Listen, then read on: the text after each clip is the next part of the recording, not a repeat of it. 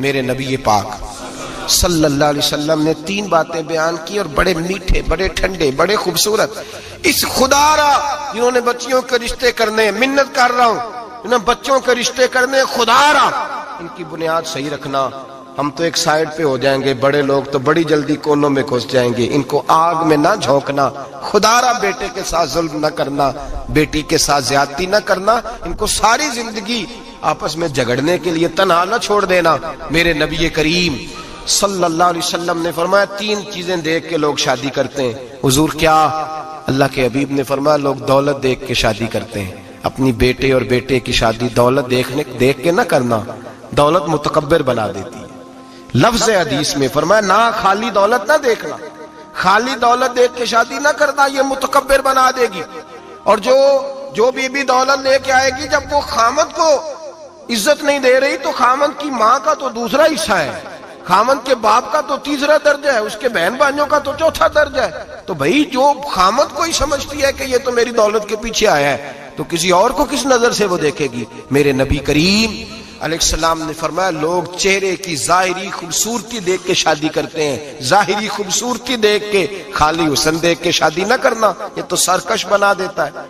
حضرت ابو بکر شبلی رحمۃ اللہ علیہ صوفی بزرگ تھے. ایک نوجوان آ گیا، کہنے لگا حضور میں آپ کی بیٹی پہ عاشق ہو گیا ہوں، اور میں ڈائریکٹ اس کی طرف نہیں گیا، میں نے اس کو کوئی وسوسہ دے کے اپنے ساتھ اس کو ایڈجسٹ کرنے کی کوشش نہیں کی، میں اخلاقیات کے دائرے میں رہ کے رشتہ لینے آیا ہوں. فرمایا تجھے میری بیٹی کی کون سی چیز اچھی لگی؟ نوجوان کہنے لگا خوبصورت بڑی ہے. آپ نے فرمایا ٹھیک ہے تو 1 مہینے کے بعد آنا، میں تیرا رشتہ کر دوں گا. حضرت نے اس کو دوائی کھلائی، بچی کو دست آنے لگے، پخانے لگ گئے. 1 مہینہ سارا وہ پخانے کرتی رہی. وہ جب پخانہ کرتی تو ایک مٹکے میں گھڑے میں سنبھال دیتے. 1 مہینے کے بعد وہ نوجوان آیا، اس نے دیکھا کہ اس کی آنکھوں کے نیچے سیاہیاں پڑ گئی ہیں، رنگ بدل گیا ہے، کمزور ہو گئی، یہ ہاتھ کانپتے، ہڈیوں کا گٹھا بن کے لگی ہوئی ہے. فرمایا آجا میں تیار ہوں. پردہ ہٹایا کہ جی میری بیٹی یہ شادی. کہنے لگا میں نے تو نہیں اس سے شادی کرنی. کہا تو کہتا تھا عشق ہو گیا ہے، پیار ہو گیا ہے. تو اس نے کہا صاحب میں تو اس کی خوبصورتی سے پیار کرتا تھا. تو آپ نے فرمایا اگر شادی کے بعد میری بیٹی بیمار ہو جاتی، اگر نکاح کے بعد اس کے حالات بگڑ جاتے تو کیا کرتا؟ آپ نے فرمایا ادھر آ میں تجھے بتاؤں تجھے پیار کس چیز کے ساتھ تھا. اس کا بازو پکڑا اور گند والے مٹکے پہ لے گئے. فرمایا تو اس گند سے پیار کرتا، یہ ہے تیری محبت. میرے نبی پاک صلی اللہ علیہ وسلم نے گھر ٹوٹنے سے بچانے کا نسخہ پہلے یہ بتایا. فرمایا خالی دولت دیکھ کے شادی نہ کرنا، دولت متکبر بنا دے گی. اور خالی حسن دیکھ کے شادی نہ کرنا، حسن آدمی کو سرکش بنا دیتا ہے. حضور کیا دیکھیں؟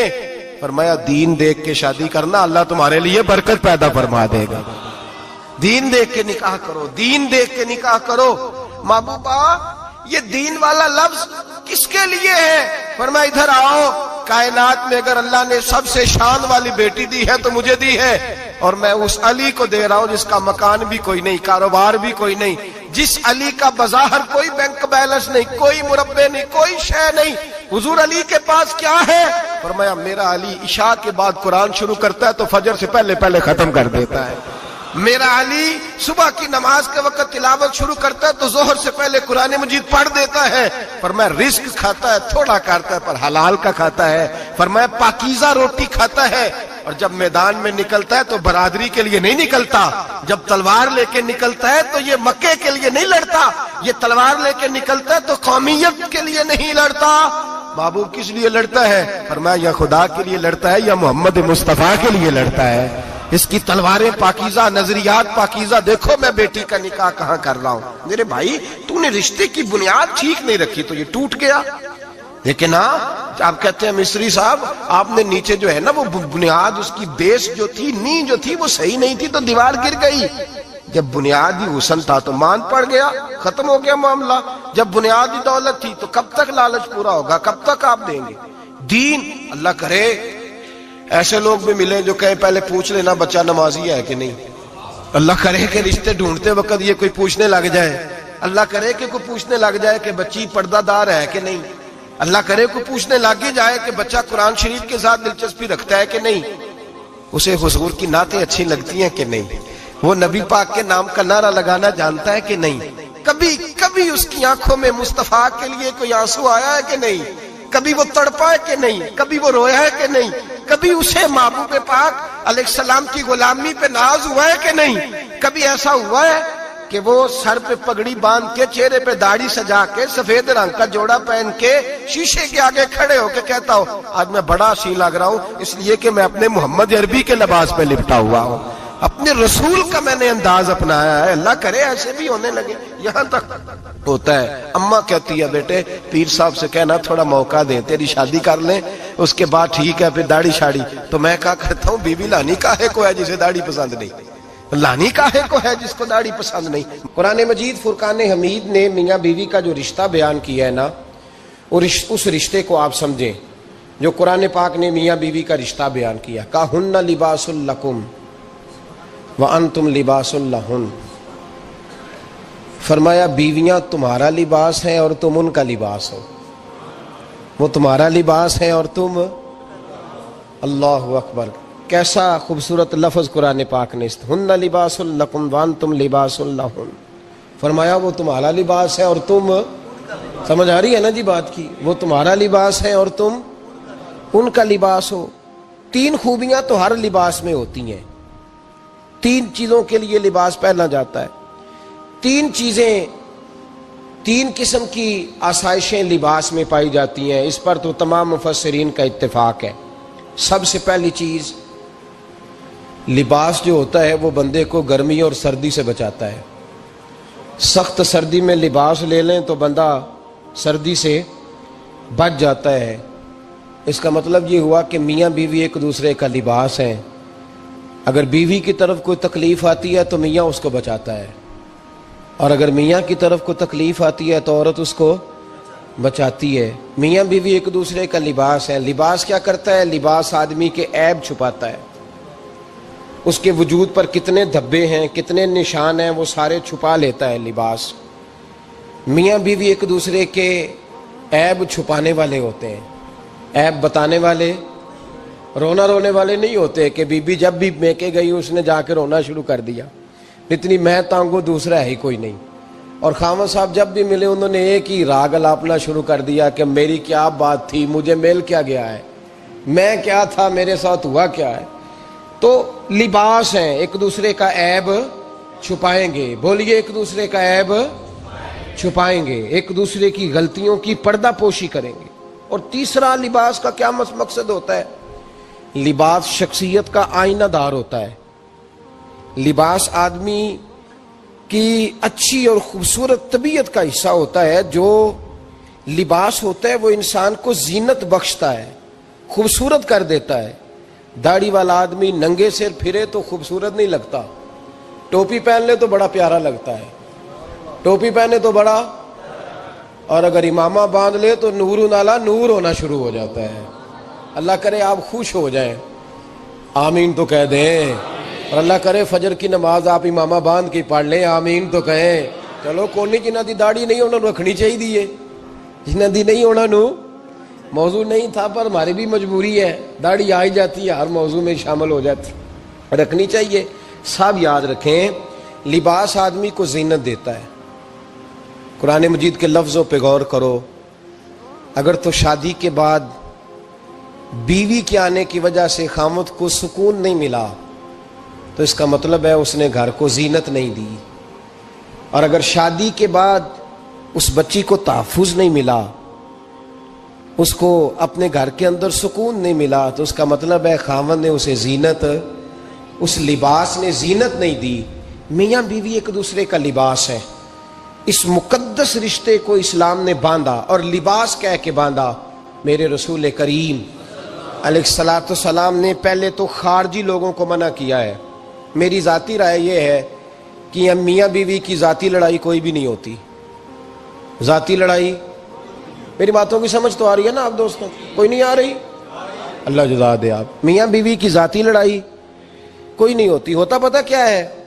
لڑکے سے پوچھیں کہ بتائیں جناب کیا حال ہے، تو کہتے ہیں بیوی میری صحیح ہے، اس کے گھر والے نہیں صحیح۔ سنا ہے آپ نے بھی کبھی یہ لفظ؟ تو اسی طریقے سے اگر لڑکی سے پوچھیں کہ تیرا کیا حال ہے، تو کہتی ہے خامن تو میرا دھیان رکھتا ہے، اس کی اماں نہیں خیال رکھنے دیتی۔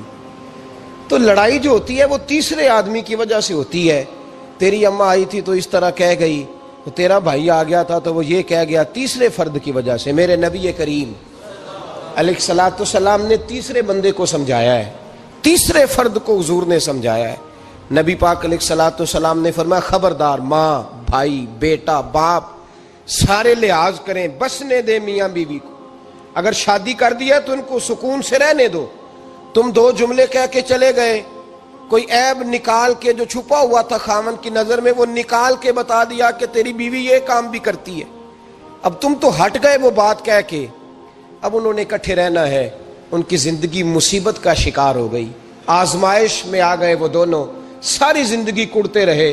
ایک عیب نکال کے لڑکی کے گھر والے لڑکے کا اسے بتا کے چلے گئے تیرے خامد میں یہ عیب پایا جاتا ہے، وہ ساری زندگی کڑتے رہیں گے، تکلیف میں رہیں گے۔ انہوں نے تو اکٹھے رہنا ہے۔ بتانے والا چلا گیا، میرے رسول کریم صلی اللہ علیہ وسلم فرماتے ہیں لعنتی ہے وہ شخص، لعنتی ہے وہ شخص۔ یا رسول اللہ کون سا؟ فرمایا جو بیوی کو مرد کے خلاف اکساتا ہے اور مرد کو بیوی کے خلاف اکساتا ہے، وہ لعنتی ہے، ملعون ہے، رحمت الہی سے دور ہے وہ شخص۔ انہیں قریب کرنے کی کوشش کر، تو ان کے اندر محبت پیدا کرنے کی کوشش کر۔ میرے نبی کریم علیہ الصلوۃ والسلام نے جب حضرت سیدہ فاطمہ الزہرا رضی اللہ تعالی عنہا اور جناب سیدنا علی المرتضیٰ رضی اللہ تعالی عنہ کی شادی کی تو نبی پاک نے دونوں کے سر جوڑے اور دونوں کے درمیان محبت کی دعا فرمائی، دونوں کے درمیان محبت کی دعا فرمائی۔ اور نبی پاک صلی اللہ علیہ وسلم حضرت فاطمہ کے سامنے جناب علی کے فضائل بیان فرماتے، اور جناب علی آتے تو نبی پاک فرماتے فاطمہ تو میرے وجود کا حصہ ہے، وہ تو میرے جگر کا ٹکڑا ہے۔ تو ان دونوں کے درمیان الفت پیدا۔ یہ سب سے پہلے تو خارجی لوگ اس بات کا خیال کریں، سب سے پہلے تو خارجی لوگ خیال کریں، توجہ دیں کہ ان کو بکھرنے سے بچائیں۔ اب میاں بیوی بھی سمجھ لیں کہ ہماری ذمہ داریاں کیا ہیں۔ مسند امام احمد بن حنبل میں حضرت ابو درداء رضی اللہ تعالیٰ عنہ سے حدیث مروی ہے، نبی کریم صلی اللہ علیہ وسلم کی بارگاہ میں ایک خاتون نے آ کے عرض کیا یا رسول اللہ صلی اللہ علیہ وسلم مجھے بتلائیے خاوند کا حق کیا ہے۔ یہ جو حدیث سنانے لگا ہوں نا، یہ بیٹی کو سنانی ہے، جا کے یہ ٹیلی فون کر کے بہن کو سنانی ہے، صرف بیوی کو سنانے کی نہیں ہوتی یہ چیزیں۔ یہ حدیث بیٹی کو سمجھائیں، بہن کو سمجھائیں، ان لوگوں کو سمجھائیں تاکہ، اور یہ یاد رکھیں خاوند کے حقوق اگر بچی کے گھر والے اسے سکھائیں نا تو اس کی سمجھ میں جلدی آ جائیں گے، اور بیوی کے حقوق اگر خاوند کے گھر والے اس کو سمجھائیں تو اس کی سمجھ میں بات جلدی آئے گی۔ وہ خیر خواہ سمجھتے ہیں اپنے رشتہ داروں۔ یہ والی حدیثیں ان لوگوں کو سنانی چاہیے جن لوگوں کا بچہ ہے یا بچی ہے، متعلقہ آدمی حقوق بیان کرے۔ جب متبادل چیز کسی کے سامنے آتی ہے تو وہ کئی دفعہ سمجھتے ہیں کہ خلوص اس میں پورا نہیں پایا جاتا۔ حضرت ابو درداء رضی اللہ تعالیٰ عنہ فرماتے ہیں ایک خاتون حضور کی بارگاہ میں آئی، عرض کرنے لگی یا رسول اللہ صلی اللہ علیہ وسلم میں نکاح کرنا چاہتی ہوں، شادی کرنا چاہتی ہوں، مجھے بتلائیے خاوند کا حق کیا ہے، اگر تو میں ادا کر سکتی ہوں تو میں نکاح کروں ورنہ میں اس کام سے بچوں۔